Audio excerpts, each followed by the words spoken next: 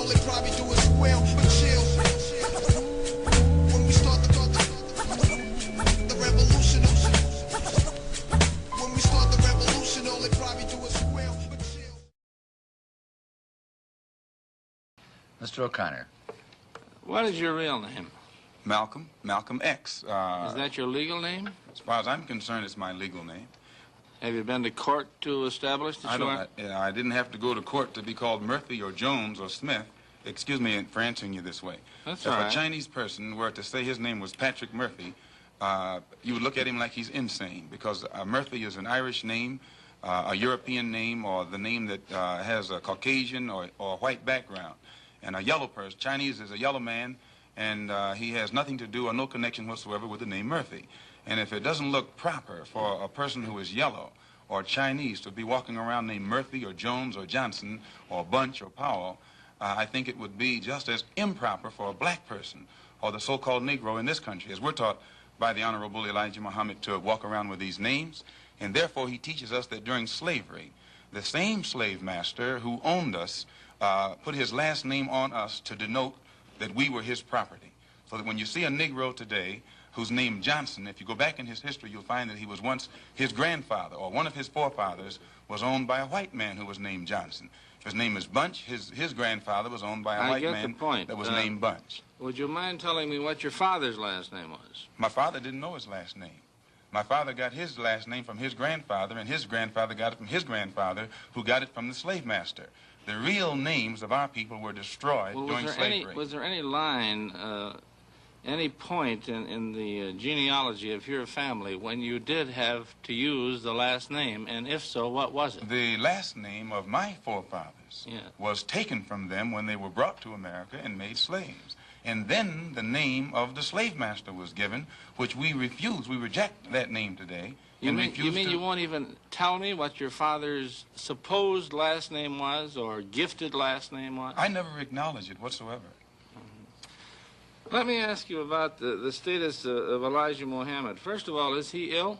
I spoke to him today. He is in better health than he has been. He's suffering from asthmatic bronchitis. Is that why he didn't attend your rally on last Tuesday? The only reason that he didn't attend was his ill condition, and the weather here, especially on that particular day, was of such nature that it would have been almost insane for him to come.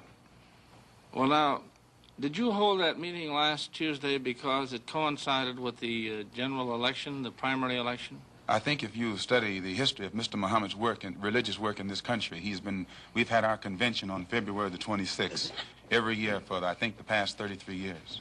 Well, now, while you don't care to discuss your former name or the name that the slave master gave to your antecedents, it is a matter of record that Muhammad's last name was Poole, Elijah Poole. No, that's the name that his slave master gave to his grandfather or great-grandfather, but that's not his name. Well, his mother and father thought when they called him Elijah Poole that was his name. They didn't know any better. Well, if they didn't know any better or not, they thought that was his name. Yes, sir, but sir... So what I'm trying to find out is when did he cease to be Elijah Poole and get to be Elijah Muhammad? In 1931, I think it was, in Detroit, he was taught the true history of our people and made aware at that time that he was wearing an English name, and by not being an Englishman, he looked out of place.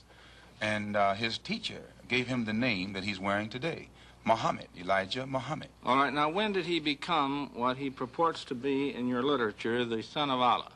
I've never heard the Honorable Elijah Muhammad referred to as the son of Allah. The prophet of Allah. I've never heard him referred to as the prophet of Allah. What do you refer to him Messenger of Allah. All right, the messenger of Allah, and I appreciate the correction. Yes, I mean, he says that a prophet is somebody who predicts the future, and he's not predicting the future, whereas a messenger is someone who carries a message that has been given to him by one who authors that message. Well, now, who gave him the message, and to whom is it supposed to be delivered? Master W.F. Muhammad, the one who taught him, is the author of the message. He gave it to the Honorable Elijah Muhammad, which makes him the messenger. And he's to deliver that message of truth and righteousness to the 20 million American so-called Negroes, which means he's to teach us the truth, which will awaken us, and then show us how to live a life of righteousness, which will automatically qualify us for recognition as human beings by all other righteous human beings here on this earth. Well, now, one other question. With reference to what Mr. Hurlbut asked you a little bit ago, you took a very moderate position of wanting independence without having any hatred for the whites. Do I understand that correctly? Hatred is not involved in it whatsoever.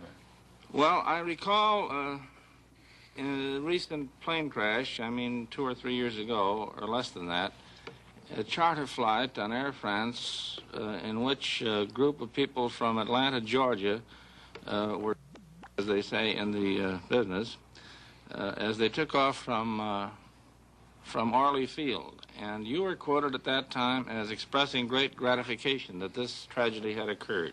Do you recall that? I recall it. What did you say? Do you remember?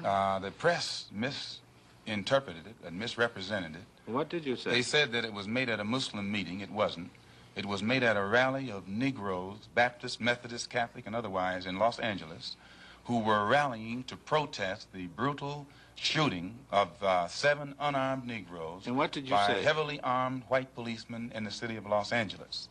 And because we are a people who have been taught by the Honorable Elijah Muhammad to never carry weapons of any kind, but to get on God's side and rely on God to fight our battles for us, at the time that these brothers were shot down so brutally, I pointed out at the funeral of the brother who died that God would step in and take a hand in giving us some form of justice for the brutal killing of our brother. And when the plane crashed in France, I pointed out to the crowd at this rally that this was an act of God showing his wrath or complete resentment over the brutal form of injustice that had been inflicted upon our poor unarmed brothers. Were you saying that, or do you believe that? At that time, Dr. Billy Graham was in a crusade in Chicago, and the press, your papers here in this city, quoted Billy Graham of also saying that that plane crash was an act of God. And if you take time to check the newspapers, I think that you'll find that this is correct. But no one thought that Billy Graham was so wrong when he attributed the crash of this plane to his God. But when we say that it come from our God, then we're looked upon as being, outrageous. I know, but you took the position that this was a matter of satisfaction to you for an injustice done against you, and I think that that's a trifle severe. We did not think that it was a coincidence that 120 of the whites on this plane came from the state of Georgia, a state that has the worst record in the history of America for the mistreatment of black people in this country. Worse than Mississippi? They maybe are a little less, Mississippi is a little less hypocritical today than Georgia, but both of them are still practicing the same thing. Now the whites in Georgia bite Negroes with a smile, whereas they used to bite them with a growl. But they're still being bitten, and we don't think that it is any worse to be bitten with a smile than it is to be bitten with a growl. Mr. Calvert. While we're on the subject of Mississippi, what is your organization's position of what happened in Mississippi in the past 6 months? Such as what? Such as the James Meredith incident and the enrollment of him in the university. Well, the Honorable Elijah Muhammad wants justice for every one of the 20 million so-called Negroes. And to just take one Negro and stick him in college with the aid of 15,000 troops and at a cost of $6,000 is a disgrace. It's a waste of taxpayers' money. It's a farce. It's hypocrisy. Because if it's right for one Negro to be forced into that university, then every Negro in the state of Mississippi who is qualified has the same right to go to that university. And if the government is not ready and willing to enforce the right of every Negro in the state of Mississippi, then, in my opinion, sir, it's only hypocrisy to pretend that they are for justice by pushing one Negro in and blowing it up all over the world to make it look like they're solving the problem when millions of black people in that state are still going to segregated schools and getting an inferior education. Does your organization encourage members to attempt to enter schools that have been known as all white in the past? The Honorable Elijah Muhammad doesn't discourage us from attending white schools, but he does say that it is better for us to go to our own schools, and after we have a thorough knowledge of ourselves, of our own kind, and racial dignity has been instilled within us, then we can go to anyone's school and we'll still retain our race pride, our racial dignity, and we will be able to avoid the subservient inferiority complex that most Negroes have or that is instilled within most Negroes who receive this sort of integrated education.